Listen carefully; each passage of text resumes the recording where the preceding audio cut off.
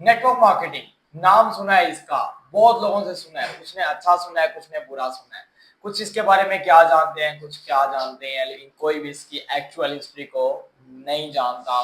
तो आज हम इसकी हिस्ट्री पे बात करेंगे। ये क्या है, ये कब से स्टार्ट हुई, किन लोगों ने स्टार्ट किया, फिर क्या वजूहत बनी कि फील्ड ने इतना ग्रोथ किया। और आज पूरी दुनिया के अंदर ये इंडस्ट्री पहचानी जाती है डिफरेंट नामों के नाम से, जिसे हम डायरेक्ट सेलिंग के नाम से भी जानते हैं, जिसे हम एमएलएम जैसे के नाम से जानते हैं, जिसे हम एफिलिएट मार्केटिंग के नाम से भी जानते हैं। ये कोई 5-10 साल पुरानी हिस्ट्री नहीं है। ये स्टार्ट हुई थी सन 1934 में। हिस्ट्री को लेके जाने से पहले मैं अपना इंट्रोडक्शन करवा देता हूँ। नाम मेरा हुज़ैफा तनवीर और ताल्लुक मेरा पाकिस्तान के खूबसूरत शहर ओलिया की सरजमीन मुल्तान से है। इस वीडियो को स्टार्ट करते हैं, आगे लेके चलते हैं। स्टार्ट 1934 के अंदर। 1934 के अंदर एक पर्सन जो है वो यूएस से चाइना गया। चाइना जाकर उसने देखा कि चाइना के लोग ना हेल्थ को लेकर बड़े कॉन्शियस हैं, वो अपनी हेल्थ का बड़ा ख्याल रखते हैं। और वहां पे 120-30 साल के लोग भी ऐसे नजर आते हैं जैसे 16-17 साल का इंसान हो। और वो ये देख के बड़ा वो हुआ कि यार यहाँ के लोग जो है बहुत अपनी हेल्थ को लेके कॉन्शियस हैं, जबकि यूएस के लोग कॉन्शियस नहीं है। तो उन्होंने मुझे रिसर्च की, जिस पर उसको पता चला कि यार वहाँ के लोग जो है सप्लीमेंट्स यूज करते हैं, कुछ ऐसी मेडिसिन यूज करते हैं, कुछ ऐसी चीजें यूज करते हैं जिसकी वजह से वो जवान रहते हैं। तो उसने यही सोच ली कि क्यों ना यार ये चीज यूएस में भी होनी चाहिए, वहाँ के लोगों की सेहत भी अच्छी होनी चाहिए।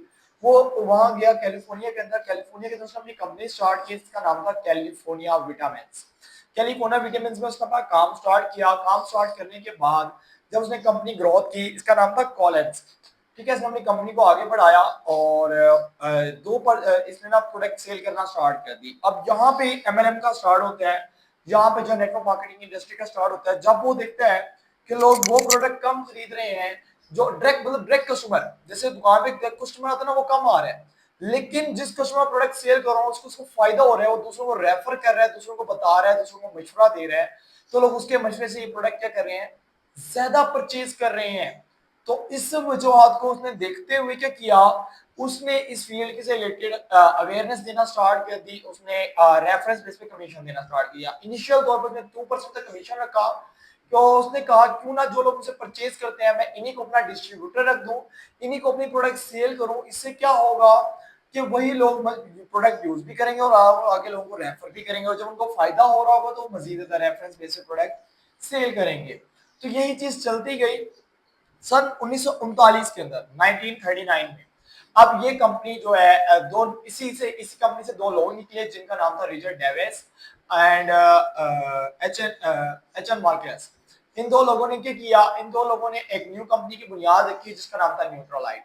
अब न्यूट्रोलाइट में खासतौर पे कंपनी की प्रोडक्ट को बहुत मद्देनजर रखा, क्योंकि कैलिफोर्निया विटामिन जो थी उसकी जो तरक्की का बाइस था या उसकी मशहूरी का बाइस था, जो जिसके वजह से कंपनी ने बहुत ग्रोथ की, वो थी उसकी प्रोडक्ट। फिर प्रोडक्ट पे अच्छी खासी तवज्जो थी, और साथ ही साथ जो स्पॉन्सर था, साथ ही साथ जो डिस्ट्रीब्यूटर था, उसके कमीशन को मद्देनजर रखते हुए इसको लेके गया 3 लेवल तक। मतलब 3 लेवल से इसने बोनस स्टार्ट किया। 3 लेवल से मुराद मैंने आपको कहा आप प्रोडक्ट ले लें, इसका कमीशन मुझे मिल गया। अब आपने आगे किसका रेफर की तो उसकी प्रोडक्ट आप, उसका बोनस आपको भी मिलेगा और मुझे मिलेगा। इसी तरह थर्ड पर्सन होगा तो उसका रेफरेंस कमीशन आपको भी मिलेगा और मुझे भी मिलेगा। इसे कहते हैं 3 लेवल तक मार्केटिंग। यहाँ से आगाज हुआ मल्टी लेवल मार्केटिंग, जिसे आज के दौर में लोग एमएलएम के नेम से भी जानते हैं। कुछ अर्से बाद 1970 के राउंड अबाउट एक और कंपनी का आगाज हुआ, जिसको आज हम एमवे के नाम से जानते हैं। एमवे जिसका कंप्लीट नेम था दी अमेरिकन वे, और आज हम इसे एमवे के नाम से जानते हैं। अब एमवे कंपनी क्या थी, एमवे कंपनी में बहुत जबरदस्त प्रोडक्ट थी, और देखते ही देखते इसकी जो मशहूरी थी पूरी दुनिया में फैल गई। ये जो कंपनी ने बड़ी मकबूलियत हासिल की, और बड़ी मकबूलियत के साथ 1990 के अंदर बहुत सारे लोग इस कंपनी से निकले, और निकलने के बाद वो ऑल ओवर वर्ल्ड के अंदर फैलना स्टार्ट हो गए। उन्होंने कहा क्यों ना यार हम अपनी कंपनी बनाए, क्यों ना हम इस फील्ड को प्रमोट करें।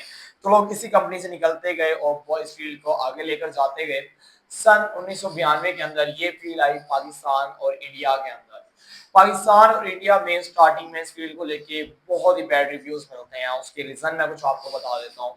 जब ये company first of all I in countries के अंदर, तो यहाँ पे फर्स्ट ऑफ ऑल जो हमें देखने को मिला कि लोगों की जो प्रोडक्ट्स थी, क्योंकि ये इस फील्ड के आगे बढ़ने की मेजर वजह थी प्रोडक्ट। अब जो प्रोडक्ट्स थी ना उन्होंने हल्की यूज करना स्टार्ट कर दिया, ऐसी प्रोडक्ट इन्होंने लेना स्टार्ट कर दी जिसकी एक्चुअल में लोगों की नीड ही नहीं थी। लाइक एज ए कंपनी थी, उसने अपनी प्रोडक्ट रखी क्लीनर्स यानी कार वॉश से कार को शाइन तो बहुत अच्छा किया जा सकता है, लेकिन 90% लोगों का कार ही नहीं थी। जब उनके पास कारें ही नहीं थी तो कार वॉश उनके क्या हुआ, वेस्ट साबित हुआ। उन्होंने एक टाइम पे उनसे अपनी भैंसें धो धो के गुजारा तो किया, बट एक्चुअल में प्रोडक्ट क्या हो गई, फेल हो गई। अब कुछ अरसे बाद लोगों ने प्लान पे प्रोडक्ट पे बड़ा फोकस किया, क्योंकि देखिए हर फील्ड में स्टार्टिंग लेके बड़ी क्राइसिस होते हैं। इंडिया और पाकिस्तान के लिए फील्ड न्यू थी, तो इसको लेके बड़े मसले मसाइल होते रहे।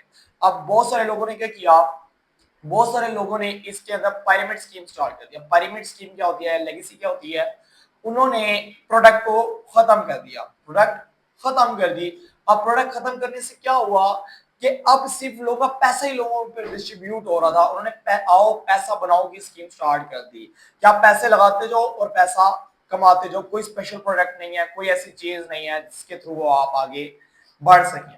यही चीज देखते हुए इस फील्ड को लेके बहुत ज्यादा स्कैम स्टार्ट हुआ। बहुत सी कंपनीज उठ खड़ी हुई जो आती थी, पैसा बनाती और भाग जाती थी, जिसमें ना पाकिस्तान और इंडिया की गवर्नमेंट ने भी एक्शन लिए और लोगों का इस फील्ड से क्या हो गया, एतमाद उठ गया और लोगों ने इस फील्ड के बारे में बुरा भला या फ्रॉड स्कैम कहना स्टार्ट कर दिया। फिर बहुत सी पर्सनैलिटीज निकली क्राइसिस के बाद। कोई एक ही हीरो निकलता है जो कि इन फील्ड्स को आगे निकल के चलता है, तो इसी तरह बहुत सी पर्सनैलिटीज ने जन्म लिया, बहुत सी पर्सनैलिटीज आई इस फील्ड के अंदर। उन्होंने इस फील्ड को ग्रोथ की, प्रोडक्ट पे तवज्जो दी, स्पेशली इसके प्लान्स पर तवज्जो दी और साथ ही इस कंपनी की इस फील्ड की जो है ग्रोथ पे तवज्जो दी। आज अल्हम्दुलिल्लाह ये फील्ड बहुत ही ज्यादा ग्रोथ पे है। और अगर आप सर्च करना चाहते हैं, आप WFDSA World Federation of Direct Sale Association की वेबसाइट पे जाएंगे, वहां पे जाके आपको इसकी कंप्लीट हिस्ट्री, एक्चुअल कंपनीज का रेवेन्यू आपको मिल सकता है। 2021 के अंदर एमवे नामी कंपनी जिसका मैंने आपको जिक्र किया था 1970 से चल रही है, पाकिस्तान के अंदर इसका जो पाकिस्तान और इंडिया के अंदर इसका जो टर्नओवर था ना, वो $21 बिलियन ना ईयरली था पड़ा। इतना उन्होंने ना मतलब टर्नओवर जनरेट किया इस दौरान। तो ये एक नेटवर्क मार्केटिंग की हिस्ट्री मैंने आप लोगों के साथ शेयर की है। ये फील्ड बुरी नहीं है, बस स्टार्टिंग के अंदर क्या हुआ, लोगों ने इसे गलत तरीके से इस्तेमाल किया है। अगर आप भी किसी को इसकी हिस्ट्री का नहीं पता, अपने टीम्स के साथ हिस्ट्री शेयर करें, अपने डिस्ट्रीब्यूटर्स के साथ हिस्ट्री शेयर करें, ताकि तमाम लोगों को इसकी हिस्ट्री पता हो और लोग इस फील्ड को स्कैम फ्रॉड क्यों कहते हैं, क्या रीजन बनी है कि लोग इसको स्कैम फ्रॉड कहते हैं, उनको रीजन पता हो। स्कैम फ्रॉड ये फील्ड नहीं है, कुछ लोगों ने इसका गलत यूटिलाइज किया था, जिसकी वजह से आज हम इस फील्ड को बुरा कहते हैं। और 5 फिंगर्स आर नॉट इक्वल, कभी 5 उंगलियां बराबर नहीं होती। इन दो से मिस्टेक हुई है तो बाकी 3 अच्छे लोग इस फील्ड में मौजूद हैं। तो अपनी टीम से वीडियो अच्छी लगी है तो लाइक कमेंट लाजमी करना है, अपना रिव्यू देना है।